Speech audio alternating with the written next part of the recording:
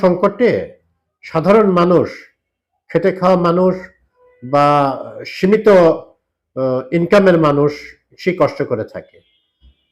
তো এখন আমাদের একটা অনুরোধ থাকবে যে টুকু সাহেব এবং তার ক্যাবিনেট কলিগস, তার প্রধানমন্ত্রী, বিভিন্ন সেক্রেটারি সাহেবরা, বিভিন্ন রাষ্ট্রীয় পদ অলংকৃত করে রয়েছেন যারা, আমাদের যে সামরিক বাহিনীর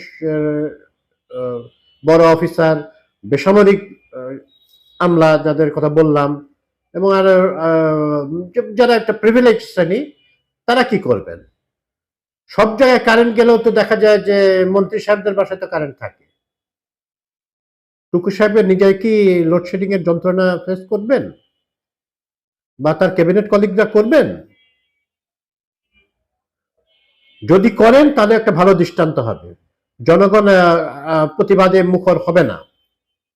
তারা যদি দেখে আমাদের মন্ত্রীবর্গ, ওনারাও কষ্ট করছেন, ওনারাও হাত পাখার বাতাস খাচ্ছেন, ওনারাও চার্জার লাইট জ্বালিয়ে বা মোমবাতি জ্বালিয়ে তাদের কাজকর্ম চালিয়ে যাচ্ছেন, এরকমটি সিচুয়েশনটা যদি হয়, তো নিশ্চয় এটা জনগণের পক্ষে সহ্য করায় সুবিধা হবে।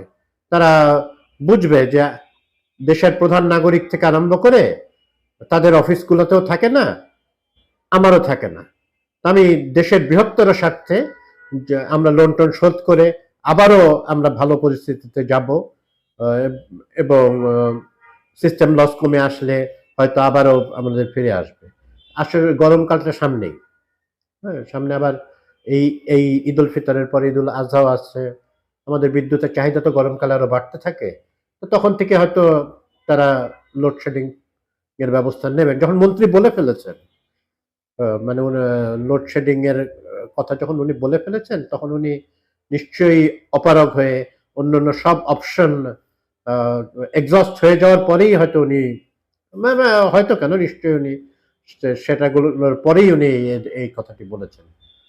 নাহলে উনিও নিশ্চয়ই চান না যে যারা তাকে ভোট দিয়ে নিয়ে আসছেন এবং যারা মোটামুটি কারেন্ট বিদ্যুতের ফ্যাসিলিটি ভোগ করে আসছিল, হ্যাঁ গ্রামাঞ্চলে ছিল, কিন্তু শহরাঞ্চলে বিশেষ করে রাজধানী ঢাকায় বিদ্যুৎ সংকট আসলে মানে সহনীয় মাত্রায় ছিল, বা ইভেন এই নানা সমস্যায় জর্জরিত ইন্টারিম গভর্নমেন্টও কিন্তু লোডশেডিংটাকে পারতপক্ষে হয়ই নাই। ওদিকে আর হাসিনার আমলে তারা বিভিন্ন পদ্ধতির মাধ্যমে